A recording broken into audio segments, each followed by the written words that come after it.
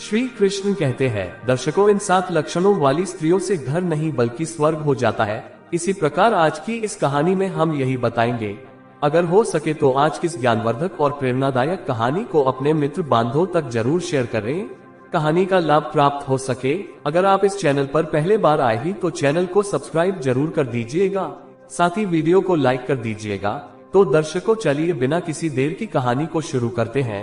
प्रिय दर्शकों, प्राचीन समय की बात है। एक नगर में एक बहुत ही सुंदर और बुद्धिमान राजा रहा करता था। एक दिन की बात है, वह राजा अपने एक घोड़े को लेकर शिकार के लिए एक दूसरे नगर में जाता है और वो अपने नगर को छोड़कर जैसे ही दूसरे नगर में प्रवेश करता है तो उसे नगर में प्रवेश करते और उसके बाद में राजा उसे स्त्री के पास जाता है कि हे सुंदरी, तुम कौन हो और कहाँ रहती हूँ। प्रिय दर्शकों, उसके बाद में वह स्त्री उसे राजा को कहती है कि पहले आप मुझे ये बताएं कि आप मुझे ये सब क्यों पूछ रहे हैं। तो दर्शकों, उसके बाद में वो राजा उसे कहता है कि हे सुंदरी, मैं तुम्हारे इस तेजस्वी और आकर्षक सुंदर रूप को देखकर तुम पर मोहित हो चुका हूँ, तुम पर मोह कर बैठा हूँ और मैं तुमसे विवाह करना चाहता हूँ। प्रिय दर्शकों, उसके बाद में राजा कहता है कि क्या तुम मेरे इस प्रस्ताव को स्वीकार करोगी। मैं तुमसे विवाह तो करूंगी, परंतु उससे पहले तुम्हें मेरे पिताजी से आज्ञा लेनी होगी, जिससे मुझे पूरे जीवन पछताना न पड़े। प्रिय दर्शकों, ये सुनकर फिर राजा वह से सुंदर स्त्री के पिताजी के पास जाता है और पिताजी के पास जाकर कहता है।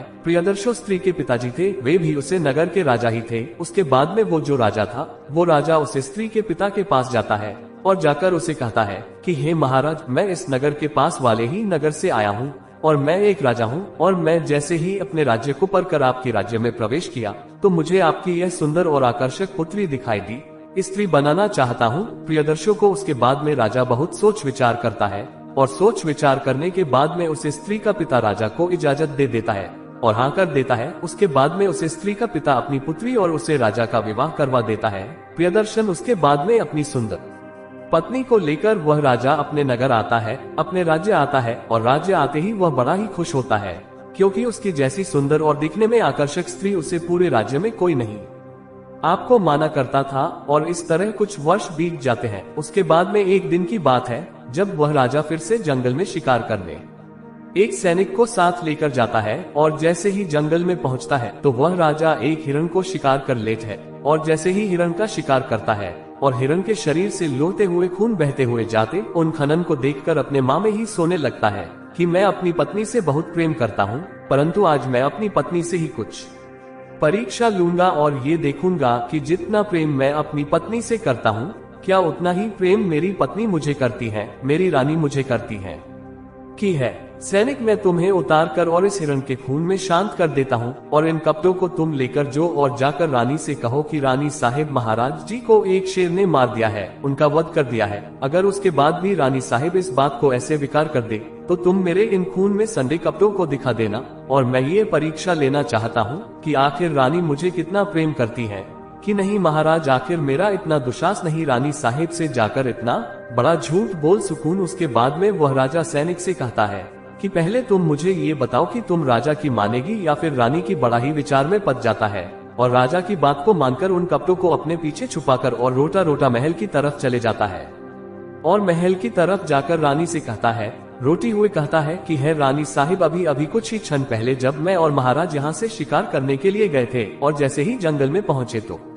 जंगल में झपट्टा मार दिया, उन पर आक्रमण कर दिया और उससे बीच महाराज जी की मृत्यु हो गई और वह शेर महाराज जी को खा गया। एक शेर के झपट्टे में आकर मार गए। तो मुझे ये बताओ कि तुम कैसे बैठ गई। प्रियदर्शन, उसके बाद में यह बात सुनते ही वह सैनिक थर थर कांपने लगता है और रानी साहिब से बातें बनाने लगता है और कहता है कि हिरनी जी, समय महाराज जी उसे शेर ने झट हमारा था तो उसे समय में एक वृक्ष के ऊपर चढ़कर अपनी प्राण बचाया था और इस वजह से मैं बचकर इस महल तक पहुँचूं और इसी वजह से मेरे प्राण बच्चे को। उसके बाद में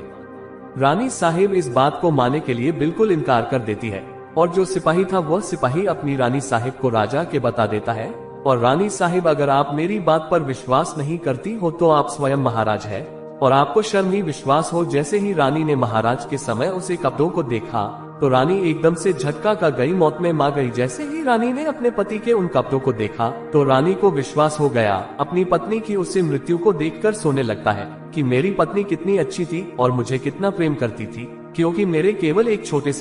से झूठ के कारण दाग स्त्री। प्रियदर्शन, उसके बाद में राजा अपनी पत्नी के बारे में सोच कर खूब फूट फूट कर रन लगता है और उसके बाद में जैसे ही राजा रन लगता है तो राजा के पास में एक साधु आता है और साधु जैसे ही आता है और अपने कमंडल को रखना है तो उसे साधु का कमंडल एकदम से फूट जाता है। तो उसके बाद में राजा उन साधु महाराज से कहते हैं कि महाराज, मैं अपनी पत्नी से बहुत प्रेम करता था, परंतु मैं अपनी पत्नी की यह परीक्षा लेना चाहता था कि जितना प्रेम मैं अपनी पत्नी से करता हूँ, क्या उतना ही प्रेम मेरी पत्नी मुझे करती है। और इसके चलते मैंने एक छोटा सा झूठ बोला था और मेरी पत्नी उसे झूठ के ही कारण अपने आप को मृत्यु का भोग बना लिया। इसलिए मैं अपनी पत्नी की इस पवित्रता को देखकर, इसे पतिव्रता स्त्री को देखकर रो रहा हूँ। प्रियदर्शन, उसके बाद में वह साधु उसे राजा से कहते हैं कि पागल, आखिर पत्नी की मृत्यु पर भी कोई रोता है, क्योंकि पत्नी तो और ए जाएगी और तुम चाहे तो मैं तुम्हारी इसी ही पत्नी को, इसी स्त्री को फिर से जिंदा कर दूंगा, परंतु मेरी एक शर्त है। इस बात को उसे साधु के मुख से सुना तो राजा साधु के पैरों में पड़ गया और खाने लगा कि यह मुनिवा आप ही मेरे दाता हो और आप ही मेरी विधाता। उसके बाद में साधु कहता है कि अगर कोई इस राज्य में मेरे कमंडल की जैसा कमंडल बना देगा तो मैं तुम्हारी पत्नी को फिर से ठीक कर दूंगा। प्रियदर्शकों, जैसे ही राजा इस बात को सुनता है तो राजा अपने राज्य में जितने भी हजारों कारीगर थी, सभी कारीगरों को अपने पास बुलाता है और सभी को आदेश देता है कि जो भी कारीगर महाराज जी के जैसा, साधु महाराज जी के जैसा, मुनिवर के जैसा कमंडल बनाएगी, उसको मैं इस राज्य का मंडल बनाए। परंतु किसी भी कारीगर से उन मुनिवर उसे साधु संत जैसा कमल नहीं बना।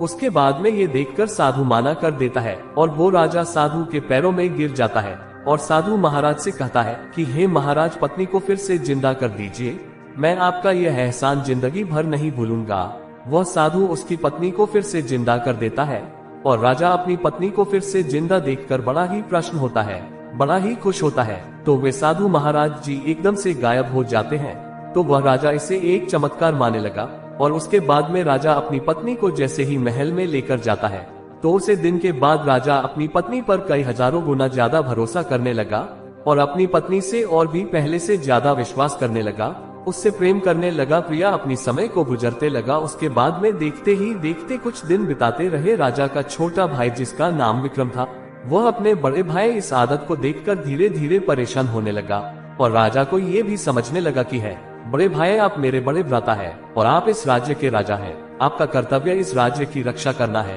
परंतु आप एक स्त्री के मुंह में पड़ चुके हैं और आपको स्त्री के अलावा और कुछ दिखे ही नहीं रहा है। परंतु राजा अपनी पत्नी के मुंह में इतना को गया, यानी कि अपने घोड़ा के पास जाता है तो अपने सभी घोड़ा के पास जाकर वह विक्रम राजा का छोटा भाई एक सैनिक से मिलता है और सैनिक से कहता है कि सैनिक, ये सभी घोड़े दिन वो दिन कमजोर क्यों होते जा रहे हैं, क्योंकि मैं देख रहा हूँ हम इन्हें ठीक तरह से भोजन भी खिलाने हैं, परंतु दिन एक एक घोड़ा कमजोर होता जा रहा है। दर्शकों, उसके बाद में वह सैनिक राजा के छोटे भाई विक्रम को बताता है कि है महाराज, मैं आपको सच ही बता देता हूँ, ये घोड़े इसलिए दिन वह दिन सूखने जा रहे हैं क्योंकि जो हमारे राजा, हमारे आपकी भ्राता, आपके राजा की जो पत्नी है, हमारी जो रानी साहिब है, वह रात्रि में भागते, जिसकी वजह से घोड़े आकर सीधा गिर जाते हैं और इस तरह वह सभी घोड़े धीरे धीरे कमजोर होती जा रही। दर्शकों, उसके बाद में जैसे ही राजा का छोटा भाई विक्रम इस बात को सुनता है तो वह सीख जाता है कि आखिर मेरी भाभी कहाँ जाती है, 2 बजे कहाँ जाती है, और इस बात को सोचकर विक्रम बहुत विलन करने लगा। उसके बाद में विक्रम उसे घोड़े की सैनिक से कहता है कि है सैनिक, आज रात्रि के बजे तुम यहाँ मत रहना, आज रात्रि में तुम्हारी जगह इन घोड़ा के पास मैं रहूंगा, इन घोड़ा की रखवाली मैं करूंगा। जैसे ही रात्रि के 2 बजाते हैं तो राजा का छोटा भाई विक्रम देखा है कि उसकी भाभी सा अपने बड़े भ्राता की पत्नी आई है, उसे महल की रानी आई है और उनमें से एक फुर्तीला घोड़ा चुनकर उसके ऊपर बैठी है और जैसे ही जान लगती है तो विक्रम उसे घोड़े के सामने ए जाता है और अपनी भाभी सा को रोक लेता है और विक्रम अपनी भविष्य की किसी भी बात का जवाब नहीं देता है और उनसे सीधा एक ही सवाल पूछता है और कहता है कि आप मुझे पहले ये बताइए कि आप आखिर कहाँ जा रहे हो और इतनी रात्रि समय पर किस मिलने जा रही हूँ। दर्शकों, उसके बाद में छूटने लगता है परंतु वह कुछ नहीं बताती और उसके बाद में विक्रम समझ जाता है मेरे भ्राता इस राज्य के राजा को धोखा दे रही है। दर्शकों, उसे दिन तो रात्रि में वह रानी फिर से उसे घोड़े से उतार जाती है और अपने कक्षा में महल में जाकर सो जाती है, परंतु जैसे ही सुबह जल्दी उठाती है तो रानी सोने लगती है कि आज मुझे मेरे देवरा श्री विक्रम ने मुझे जाते हुए पड़ा है और वो मुझ में पर शक भी कर रही, परंतु जैसे ही सुबह होगी तो मेरे देवरा विक्रम अपने बड़े भ्राता यानी कि मेरे पति इस राज्य के राजा को सारी बातें बता देगा परंतु जैसे ही वह सारी बातें बताए, उससे पहले मैं कुछ ऐसा करूं जिससे उसकी किसी भी बात का इन पर कोई असर ना पड़ी, अपने प्रिय चरित्र को दिखाने लगती है। और जैसे ही राजा सुबह उठा, उससे कुछ पहले ही अपने पूरे बालों को उखाड़ लेती है और अपने कपड़ों को फाड़ देती है और कक्षा में जमीन पर नीचे लेट जाती है। जैसे ही राजा अपनी नियंत्रण से खड़ा होता है और उड़ते ही देखा है कि रानी जोर जोर से रो रही है और राजा रानी से कहता है कि है प्रिया, राजा को फंसा लेती हूँ। और राजा को विश्वास भी हो जाता है, क्योंकि राजा के लिए उससे रानी ने एक छोटे से झूठ पर अपनी जान भी दी थी। इस बात से राजा अपनी रानी पर पूर्ण विश्वास करता था और रानी कहती है कि मैं तुम्हें क्या बताऊं, परंतु तुम्हारे भ्राता तुम्हारे छोटे भाई विक्रम ने आज मेरी इज्जत पर हाथ डाला है, मेरे पवित्र और स्त्री पर गांधी नजरों का दाग डाला है। तो राजा अपने छोटे भाई को बुलात है और उससे जोर जोर से डांटना लगता है और फिर राजा सोने लगता है। परंतु राजा अपने छोटे भाई विक्रम को कहता है कि यह विक्रम, तुमने आज अपनी भाभी, अपनी माँ समाज भाभीसा के साथ बहुत गलत किया। प्रिया दशा को उसके बाद में विक्रम उसे राज्य के राजा अपनी बड़ी भ्राता से जैसे ही इसे आदेश को सुनता है तो उनके आदेश को पालनपुर करता है और उसे नगर से दूर जान लगता है। परंतु उसे नगर से दूर जाते विक्रम अपने बड़े भ्राता से कहता है कि मैं यहाँ से जा तो रहा हूँ, परंतु तुम अपनी स्त्री, अपनी इस पतिव्रता स्त्री, परंतु इससे तुम बचकर रहना। ये कहकर विक्रम उसे नगर को, उसे राज्य को छोड़कर चले जाता है। और जान के बाद में रानी बहुत ज्यादा खुश हो जाती है और उसके बाद में रानी जी व्यक्ति से जी पुरुष से मिलने के लिए जय करती थी। उसे पुरुष से मिलने के लिए उसे ही रात जाती है, फिर से और जाकर उसे पुरुष से कहती है कि तुम अब रोजाना इस जंगल में मत आया करो और मैं भी तुम्हारे पास आज से रोजाना इस जंगल में मिलने की नहीं आऊंगी, परंतु हमें कम कर सकते हैं। तुम ऐसा करो कि कल सुबह जैसे ही तुम राज्य में आओ तो तुम महल के अंदर आकर और मेरे पति यानी कि राजा के पास आकर राजा से महल में नौकरी के लिए आवेदन करना और आज के बाद तुम महल में रहना। और जब तुम महल में रहोगी तो हमारी रोजाना ही मुलाकात होगी। फिर से अपनी महल में जाती है और फिर जैसे ही सुबह होती तो रानी का वह प्रेमी उसे महल में आता है और महल में आकर राजा से आवेदन करने लगता है कि राजन, मैं इस राज्य के पास के ही नगर से आया हूँ और मेरे घर में मेरी एक बुद्धि माँ है, वह बहुत बीमार है और मुझे कहानी कुछ कम नहीं मिल रहा है। अगर आप मेरी मदद कर देते तो मेरा घर का गुजर भी चल जाता।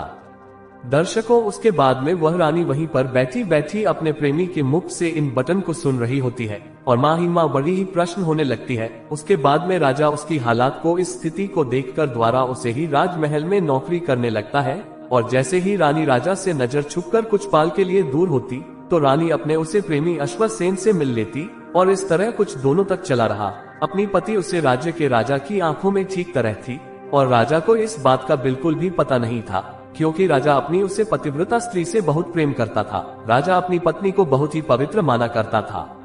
परंतु राजा को ये पता नहीं था कि जी पत्नी को मैं पवित्र मानता हूँ, वह पवित्र नहीं बल्कि बात है। राजा फिर से उसे नगर से बाहर एक शिकार करने के लिए जंगल की ओर जाता है। जैसे ही राजा जंगल में प्रवेश करता है तो राजा को जंगल में एक संत दिखता है। जैसे ही संत दिखता है तो राजा उसे संत के नजदीक जाकर संत के पैरों में गिरकर आशीर्वाद लेने लगता है। और जैसे ही आशीर्वाद लेते तो संत राजा के मुख्य की तरफ देखा है और संत राजा से कहता है कि है राजा, मैं तुम्हारे इस तेजस्वी चेहरे को देखकर, इस आकर्षक मुख्य को देखकर बड़ा ही प्रसन्न हूँ और तुम बड़े स्वभाव के हो, इसलिए लोग तुम्हें बेवकूफ बनाते हैं। परंतु मैं तुम्हें आज एक ऐसा फल दूंगा, एक ऐसा फल दूंगा जी फल को खाकर तुम बिल्कुल अमर हो जोगी, कभी तुम्हारी मृत्यु नहीं होगी, क्योंकि मेरी पत्नी मुझे बहुत प्रेम करती है। मेरी पत्नी मेरे लिए और मेरे एक छोटे झूठ के लिए अपनी जान दे दी थी, इसलिए मेरी पत्नी को ही अमर होना चाहिए। द्वारा दिए गए उसे फल को अपनी रानी को लाकर देता है। जैसे ही रानी से कहता है कि रानी तुम इस फल को खाओ, यह फल अगर तुम का लगी तो तुम हमेशा के लिए अमर हो जोगी, कभी तुम्हारी कभी मृत्यु नहीं होगी। दर्शकों, उसके बाद में वह राजा उसे फल को रानी को दे देता है और रानी को देखकर चली जाता है। उसके बाद में रानी उसे फल को लेने के बाद में सोचती है कि आखिर इस फल को खाकर मैं क्या करूंगी, मैं अमर होकर क्या करूंगी, क्योंकि मैं तो अपनी जान से ज्यादा प्रेम मेरे प्रेमी होना चाहिए। और जैसे ही अश्वसेन उसे फल को हाथ में लेता है तो अश्वसेन सोने लगता है कि आखिर मैं अमर होकर क्या करूंगा, मुझे इस फल को नहीं, उसे फल को अपनी एक वेश्या को दे देता है। स्त्री के वासना में इतना भोग भूत हो गया, इस फल को मेरी प्रेमी वेश्या को देना चाहिए। जाता है और जैसे ही उसे कहता है कि तुम इस फल को कर लेना और ये तुम हमेशा के लिए अमर हो जोगी दशा को, उसके बाद ये कहकर अश्वसेन अपनी वेश्या प्रेमी को उसे फल को दे देता है और चले जाता है। जैसे ही उसे फल को अपने हाथों में वह वेश्या लेती है तो वह सोने लगती है कि आखिर मैं इस फल को खाकर क्या करूंगी, क्योंकि मैं अमर होकर कौन सा और कौन सी सिद्धियां प्राप्त कर लूंगी, तो मुझे इस फल को मेरे राज्य के राजा को देना चाहिए। पता नहीं था कि यह फल एक संत ने ही राजा को दिया था, और राजा ने अपनी पत्नी रानी को दिया था, और रानी ने अपने प्रेमी आश्वासन को दिया था, और अश्वत्थ सेन ने अपनी प्रेमी वेश्या को दिया था। उसके बाद को दिया भी है कि हे राजा, मैं आज इस दरबार में एक बहुत चमत्कारी और एक तिलिस्मिक चीज लेकर आई हूँ। राजा खाने लगा कि क्या, तो वह वेश्या कहती है कि महाराज, मैं जैसा फल लेकर आई हूँ, जो फल बड़ा ही चमत्कारी, और इस फल को खाने के बाद तो राजा सोच में पड़ जाता है। राजा सोने लगता है कि ऐसा फल तो मुझे एक संत ने दिया था, और फिर जैसे ही थोड़ी देर बाद वह वेश्या राजा को वो फल दिखाई तो राजा समझ जाता है कि ये फल तो वही संत ने दिया था। प्रिया उसे वैश्य से धमकी लगाकर पूछता है कि आखिर तुम्हें ये फल किसने दिया है, और राजा से कहती है कि महाराज, ये जैसे ही अश्वसेन को बुलेट है, महाराज जी तो अश्वसेन से पूछते हैं कि तुम्हें ये फल कहाँ से प्राप्त हुआ। प्रियदर्शों को उसके बाद में राजा इस बात को सुनकर हड़बड़ा जाता है, चिंतित हो जाता है, और बड़ा ही व्याकुल भी होने लगता है कि मैं अपनी पत्नी पर बहुत विश्वास करता था, और अपनी पत्नी से कहता है कि प्रिया, मैंने ये फल तुम ही दिया था, परंतु ये फल के पास कैसे आया, परंतु इस वेश्या के पास कैसी आया। रानी भी घबरा जाती है, और रानी घबरा कर राजा के पैरों में गिर जाती है, और राजा रानी से जैसे ही सारी बातें पूछता है तो रानी राजा से कह देती है कि महाराज, ये सच है कि मैं इस अश्वसेन, इस सैनिक से प्रेम करती हूँ, और आपका जो छोटा भाई विक्रम था, उसने आपसे जो कहा था वह भी सच था। मैं रात्रि के 2 बजे इसे ही से मिलने के लिए जाती थी। जैसे ही राजा इसे सुनता है तो राजा अपनी आंखों से आंसू गिरने लगता है, रन लगता है, और राजा सैनिकों को कहकर अपने छोटे वह दोनों भाई एक जगह मिल जाते हैं, और फिर वह अपनी पत्नी के उसे प्रेम मंत्र सिद्ध बाहर हो जाता है, और अपनी पत्नी को, उसे आश्वासन को और उसे वैश्य को, तीनों को सी इसलिए कहा जाता है कि कभी सबसे ज्यादा प्रेम ही करना है तो अपनी भाई से करना चाहिए। 2 भाई होते हैं, वही सच्चे मित्र होते हैं, और वही सबसे सच्चे भाई होते हैं। खोया हुआ धन हमें वापस मिल जाता है, और हमारी मेरी मित्र हमें फिर से मिल जाते हैं, परंतु हमारा जो भाई होता है वो हमें कभी नहीं मिलता है। प्रियदर्शों को इसलिए ये 7 लक्षणों वाली स्त्रियां बहुत ही शुभ होती है, और जी घर में ये 7 लक्षणों वाली स्त्रियां होती हैं, वे घर को स्वर्ग बना देती हैं। दर्शकों, पहले स्त्री वह होती है लक्ष्मी भी, जो अपने पति और अपने ससुर का सम्मान करती हूँ। कहा जाता है कि जो स्त्री अपने पति से नाम लेकर नहीं बोलती हूँ, अपने ससुर का सम्मान करती हूँ और अपने पति की हर कहानी बात को मानती हूँ, वह पत्नी घर को स्वर्ग बना देती। प्रिय दर्शकों, दूसरा लक्षण जो स्त्री सुबह है, इसलिए प्रिय दर्शकों, जो स्त्री सुबह जल्दी उठाते ही अपने पति के पैरों को छुट्टी ही, वह बड़ी ही शुभ और लक्ष्मी होती है। तीसरा लक्षण, जो स्त्री अपने पति से झूठ नहीं बोलती हो, वह स्त्री घर को स्वर्ग बना देती है। दर्शकों, चौथा लक्षण, जो स्त्री अपने घर की बात दूसरों को नहीं बताती हूँ, वह स्त्री घर को स्वर्ग बना देती है, घर की प्रगति करने लगती है,